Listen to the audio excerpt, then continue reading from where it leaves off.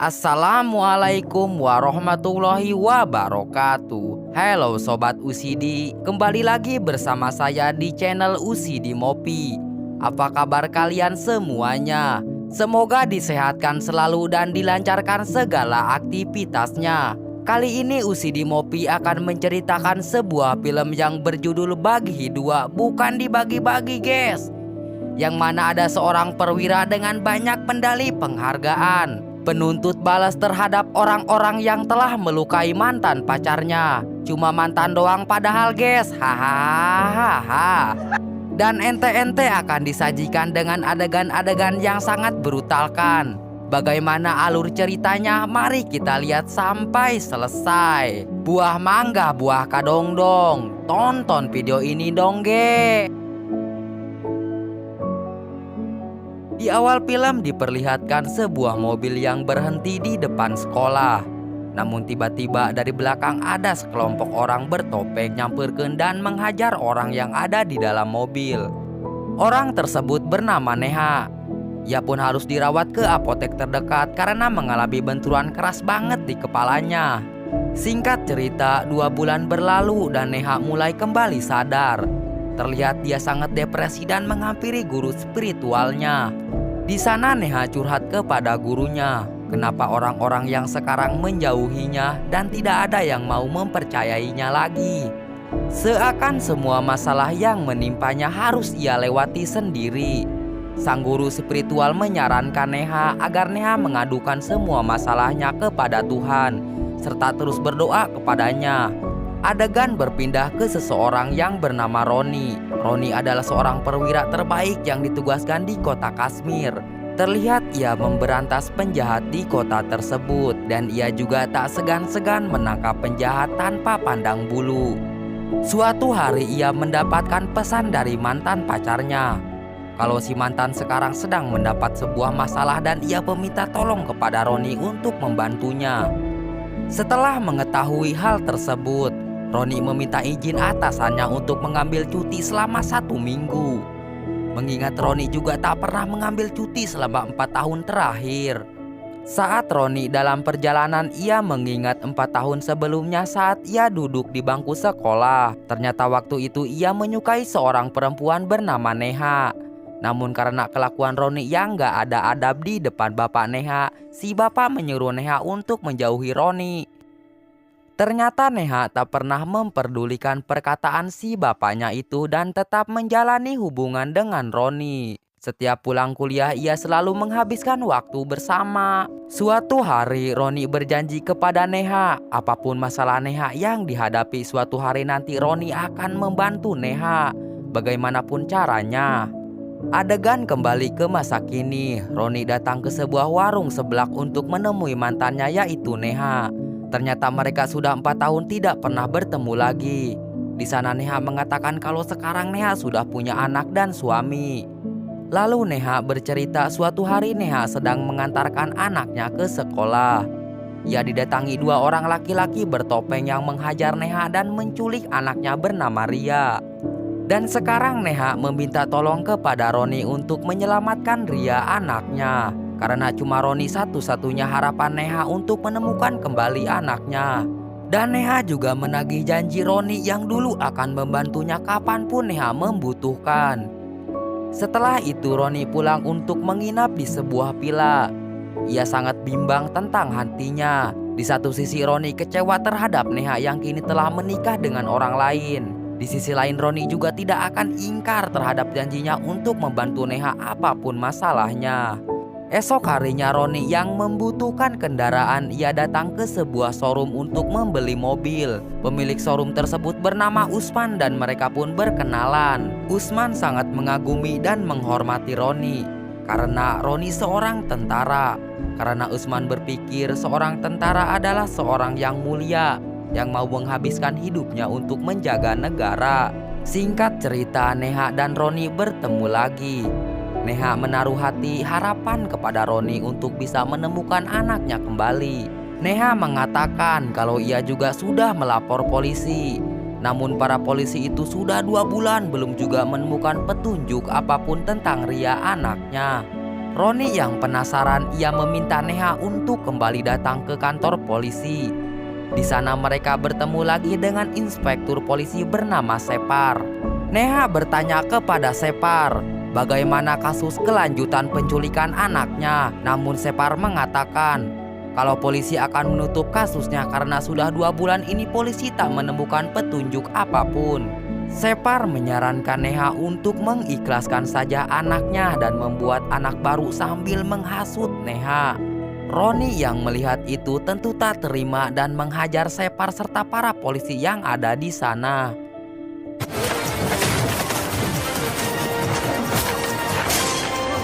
Karena kekacauan itu Roni pun ditangkap, lalu ia disiksa habis-habisan sementara Neha disuruh untuk pulang. Karena Roni akan ditahan beberapa hari.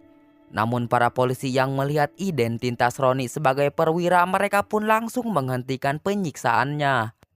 Namun pada saat itu datang juga seorang komisaris polisi bernama DIG. DIG yang mengetahui kekacauan itu, ia bertemu dengan Roni. Di sana DIG menasehati Roni agar Roni bisa menghargai polisi walaupun Roni seorang perwira. DIG mengingatkan kalau polisi dan tentara harus sama-sama menjaga kedaulatan negara serta saling menghormati. Kemudian Roni pun dibebaskan. Esok harinya terlihat Roni dan Usman, si pemilik showroom, ia mendatangi tempat sekolah Ria. Di sana Roni bertemu dengan kepala sekolah untuk menanyakan apa yang diketahui menghilangnya Ria. Anehnya si kepala sekolah mengatakan kalau pihak sekolah tidak pernah mempunyai murid yang bernama Ria. Ketika Roni keluar, ia melihat di depan sekolah itu ada sebuah gedung properti. Roni meminta si pemilik gedung itu untuk melihat CCTV karena 2 bulan lalu ada kejadian penculikan. Si pemilik gedung tak memperdulikannya karena Roni bukanlah seorang polisi. Setelah itu Roni menemui Neha. Ia bercerita kalau pihak sekolah tidak mengenal bernama Ria dan tidak ada kejadian penculikan di area sekolahnya. Neha menjawab pihak sekolah sengaja mengatakan itu karena mereka tidak ingin sekolahnya tercemar atas kejadian anaknya yang hilang. Lalu Roni meminta foto Ria untuk memudahkan pencarian. Roni juga ingin bertemu dengan Nanang, suami Neha. Namun di sini Neha mengatakan ia tidak mempunyai foto Ria di rumah. Neha juga mengatakan semenjak kejadian penculikan itu, suaminya jarang pulang dengan alasan bisnis di luar kota. Tiba-tiba mereka kedatangan adik ipar Neha. Neha langsung menyuruh Roni untuk bersembunyi. Adik ipar bernama Suni. Diketahui Suni adalah seorang pecandu. Dan ia datang ke sana tak lain untuk mengawasi Neha atas perintah kakaknya yaitu Nanang. Malam harinya saat Roni hendak ke villa, Roni tidak sengaja bertemu dengan teman-temannya waktu berkuliah dulu. Ia pun langsung diajak berpesta. Kebetulan pada waktu itu salah satu teman Roni sedang mengadakan pesta pernikahan. Di acara tersebut tidak sengaja Roni bertabrakan dengan seorang Anantiaki. Saat melihat identitas Anantiaki yang jatuh, ternyata Anantiaki adalah seorang polisi dan Roni berniat memanfaatkan kartu identitasnya.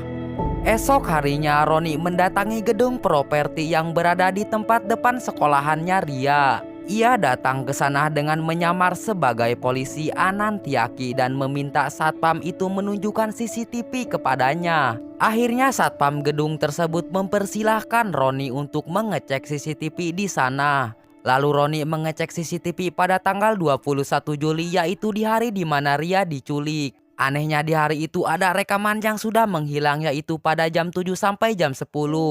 Saat Roni mengecek sehari sebelum kejadian, Roni melihat CCTV kalau adik ipar Ria yaitu Suni datang ke tempat tersebut. Ia curiga kalau Suni terlibat dalam penculikan Ria. Lalu Roni memberikan uang yang cukup banyak ke satpam tersebut untuk segera menemukan penggalang rekaman yang hilang. Di sisi lain, di kantor polisi mereka kedatangan ACP baru bernama Jono yang baru dipindahkan tugasnya ke kota tersebut. Tampilan Jono terlihat berbeda dengan polisi lainnya. Namun diketahui kalau Jono adalah seorang polisi bengis yang berhasil mengumpas kejahatan di wilayahnya dulu bertugas. Lalu ia dipanggil oleh DIG selaku atasan Jono yang baru. Di sana DIG menyambut kedatangan Jono dan meminta Jono terus memberantas kejahatan. Kembali ke Roni, terlihat ia sedang membuntuti Suni dan anak buahnya. Roni sangat kaget ketika Usman si pemilik showroom ada di sana. Terlihat Usman memberikan kantong narkoboy kepada anak buah Suni. Lalu ketika Roni berusaha mengikutinya, tiba-tiba ditodong senjata oleh anak buah Suni. Hingga terjadilah keributan. Setelah berhasil menangkap mereka, Roni bertanya di mana Ria. Namun mereka katakan kalau mereka tidak tahu menahu tentang Ria. Lalu Roni menemui Usman di showroomnya. Kali ini Roni sudah tahu keterlibatan Usman dengan Suni. Suni bertanya siapa sebenarnya Suni. Usman menjawab kalau Suni adalah orang yang besar yang seharusnya Roni jauhi. Lalu Roni bercerita kalau dirinya sedang mencari seseorang anak perempuan bernama Ria yang dicurigai diculik oleh Suni, dan Ria sendiri adalah keponakan Suni sendiri. Usman mengatakan selama ini ia tidak pernah mendengar kalau Suni telah menyandra atau menculik seorang anak kecil, apalagi itu adalah keponakannya sendiri. Ketika Roni hendak masuk ke hotelnya, ia kedatangan Anantiaki dan meminta kembalikan kartu identitasnya. Anantiaki menjelaskan kalau ia adalah seorang polisi dari Mumbai yang sengaja berlibur di kota ini yang sekaligus menghadiri pernikahan saudaranya. Lalu esok harinya semua orang dikejutkan dengan tersebarnya surat kabar yang memberitakan tentang hilangnya Ria. Ternyata hal tersebut dilakukan oleh Roni dengan mengatasnamakan polisi Anantiaki. Berita tersebut terdengar juga oleh suami Neha yaitu Nanang. Di suatu kesempatan Nanang bertemu dengan Anantiaki yang padahal orang yang ditemuinya adalah Roni. Roni berpura-pura menjadi Anantiaki. Di sana Roni bercerita kalau ia tak sengaja bertemu dengan Neha di warung sebelah. Lalu Neha mengatakan kalau putrinya telah diculik dan ia hanya mencoba untuk membantu Neha. Di sini Nanang membenarkan pada saat itu Neha mengalami perampokan dan ia mengalami koma 10 hari. Karena kepalanya mengalami benturan, bahkan Neha yang pada saat itu sedang mengandung ia gugurkan. Lalu dokter mendiagnosis kalau Neha mengalami BTS, yaitu stres dan trauma. Dan semenjak itu Neha selalu bertanya pada semua orang di mana anaknya yang bernama Ria. Bahkan Neha juga sempat melapor polisi, yang padahal mereka belum mempunyai anak. Neha juga kerap kali menanyakan di mana foto Ria, dan semua itu terjadi akibat penyakit stres dan trauma yang dialami oleh Neha. Di sini Roni tampak kaget dan bingung atas semua pernyataan dari suami Neha. Ia merasa kecewa selama ini ia sudah habis-habisan membantu Neha. Ketika hendak pulang, Roni dihubungi oleh satpam gedung properti. Roni yang penasaran langsung bergegas ke sana untuk memastikan kalau Ria itu memang ada atau hayalan Neha saja. Saat mengeceknya memang benar kalau saat itu Neha dirampok, namun tak terdapat anak kecil di kejadian tersebut. Roni pun langsung bergegas untuk menemui Neha. Di sana Roni mengatakan kali ini Neha mengalami stres pasca trauma. Serta Neha dan Nanang tidak sama sekali memiliki anak perempuan. Bahkan Roni juga melihat CCTV yang memperlihatkan Neha sedang dirampok dan di sana tidak ada anak perempuan. Neha menjawab kalau ia benar-benar mempunyai anak perempuan. Serta pada kejadian itu Neha mengaku kalau Ria anaknya bersembunyi di jok belakang. Roni kecewa kepada Neha dan menganggap semua omongan Neha bohong. Saat hendak meninggalkan Neha mengambil kunci mobilnya, Roni melihat pengukur tinggi badan anak kecil yang artinya Ria itu memang ada. Saat hendak menghampiri Neha kembali, ternyata Neha lompat dari lantai untuk bunuh diri. Akhirnya Roni pulang dengan rasa bersalah karena tidak mempercayai Neha. Esok harinya Jono datang ke rumah Nanang untuk meminta keterangan tentang kematian istrinya yaitu Neha. Nanang mengaku kalau pada saat kejadian ia tidak ada di rumah dan sedang berada di luar kota. Hingga Jono mendapat petunjuk dari HP Neha kalau terakhir kali Neha nge-WA dengan Roni. Lalu Separ juga mengatakan kepada Jono kalau Roni juga pernah datang ke kantor polisi dengan Neha dan membuat kericuhan dan menghajar para polisi. sehingga Jono mencurigai karena Roni telah membunuh Neha. Di sisi lain di villa Roni ia kedatangan Usman si pemilik showroom. Di sana Usman menyesal karena dulu tak memberitahu kalau Ria itu memang ada. Dan jika Usman waktu itu memberitahu mungkin Neha masih hidup. Usman sempat melihat anak buah Suni sedang menyandranya. Ia sengaja tak memberitahu Roni karena Usman takut dengan Suni yang akan membunuhnya dan jika berani membocorkannya. Di sisi lain anak buah Nanang menghampiri villa yang ditinggali Roni. Saat Roni hendak keluar untuk mencari Suni, Roni mendengar suara teriakan yang ternyata Anantiaki menyelinap tepat di samping kamar Roni telah tewas dibunuh. Roni keluar bersamaan dengan si pembunuh Anantiaki. Ternyata si pembunuh itu salah sasaran. Karena setahu Nanang kalau Roni itu adalah Anantiaki. Apa alasan Nanang ingin membunuh Roni kita akan tahu nanti.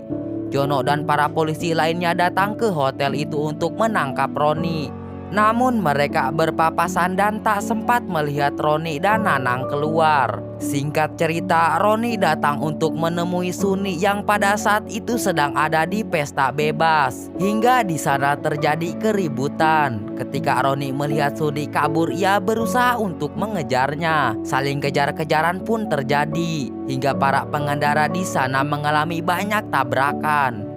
Jono yang mendapat kabar tentang kekacauan itu ia langsung datang dengan anak buahnya. Lalu menangkap Roni dan Suni. Saat Roni di dalam sel ia berteriak kenapa para polisi menangkap orang yang tidak bersalah. Lalu apa saja kerjaan polisi nilang. Mendengar hal itu Jono menyuruh Suni untuk diam kalau dia ingin giginya rontok. Sontak Roni pun langsung menantang Jono untuk berduel guys. Saat mereka berduel DIG datang menghentikan mereka. Lalu Roni mengatakan kalau dalang penculikan itu adalah Suni dan Roni mempunyai buktinya. Singkat cerita mereka dipertemukan dengan Usman.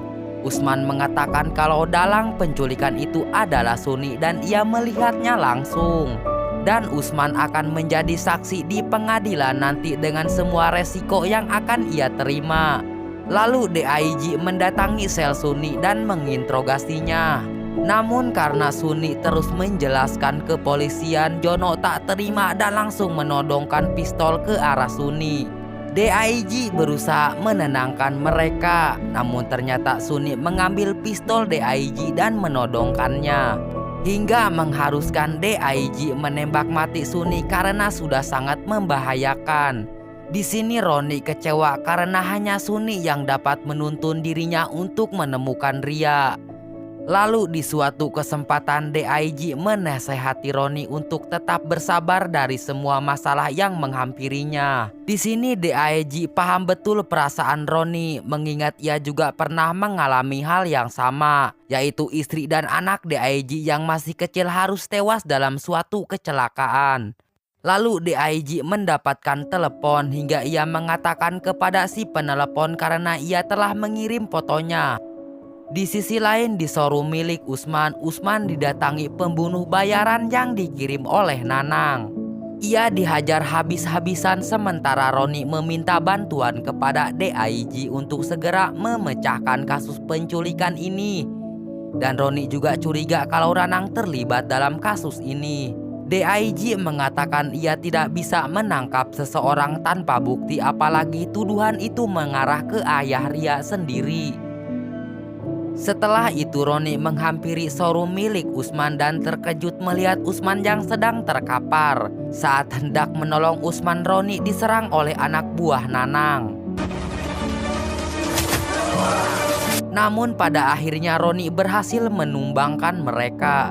Sementara Usman pupus alias meninggal dunia alias modar, lalu tak sengaja Roni menemukan ponsel milik anak buah Nanang. Saat dicek ternyata DIG terlibat atas kasus penculikan itu. Si pembunuh bayaran itu yang masih sekarat mengatakan kalau DIG sekarang udah pulang ke rumahnya. Dan rumah DIG ada di tengah hutan. Namun Roni tidak sanggup ke sana mengingat rumahnya dikelilingi dengan puluhan tentara bayaran. Tak berpikir panjang Roni pun langsung bergegas ke rumah DIG dengan semua dendam.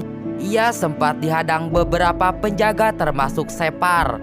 Namun Roni berhasil lolos dan membanting Separ hingga tewas.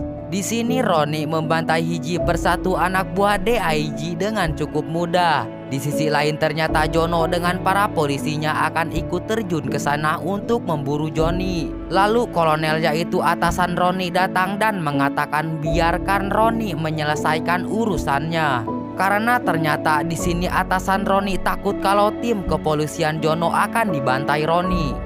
Mengingat hutan adalah rumah bagi Roni dan Roni merupakan prajurit yang paling tangguh sering bekerja sendiri.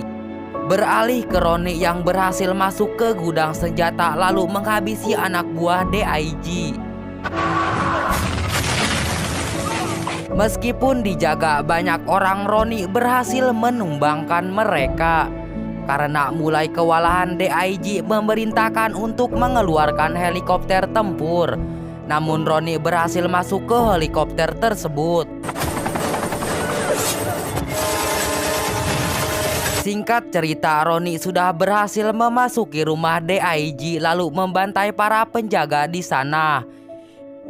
Hingga Roni yang sudah mulai kelelahan, ia ditembak dari belakang oleh DIG.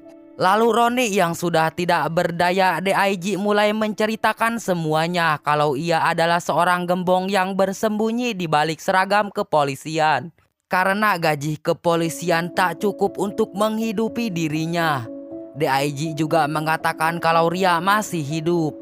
Jadi ketika DIG sedang mendatangi markas Nanang yang dijaga oleh Suni adiknya, ia mendengar suara teriakan anak kecil. Ternyata di sana ada Ria yang hendak dibunuh atas perintah ayahnya sendiri.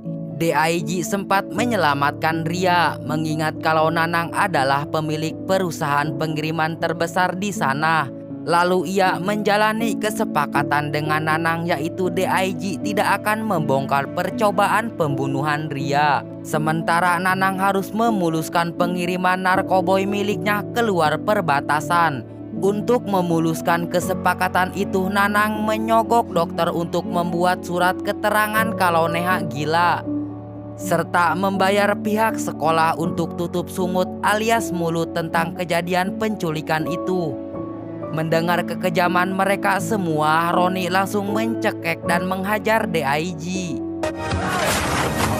Hingga DIG mempunyai kesempatan untuk menembak Roni. Namun tiba-tiba DIG ditembak dari belakang hingga tewas. Ternyata orang yang memberondong tembakan itu adalah Jono. Jono mendengar semua percakapan Roni dan DIG. Lalu terlihat Ria turun dari tangga. Singkat cerita, ketika Roni sedang diobati di rumah sakit, terlihat di sana ada Jono. Jono menjelaskan saat ia sedang menginterogasi Nanang. Nanang mengatakan kalau ia sebenarnya mandul, guys. Hahaha.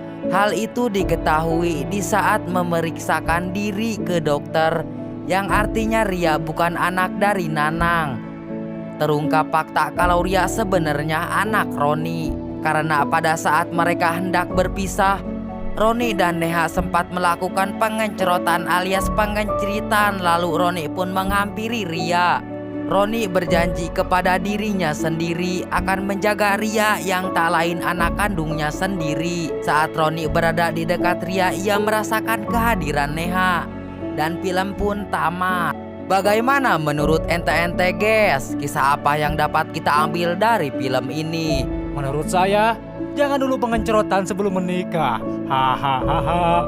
Tanpa berniat menjatuhkan salah satu instansi, karena memang alurnya seperti itu.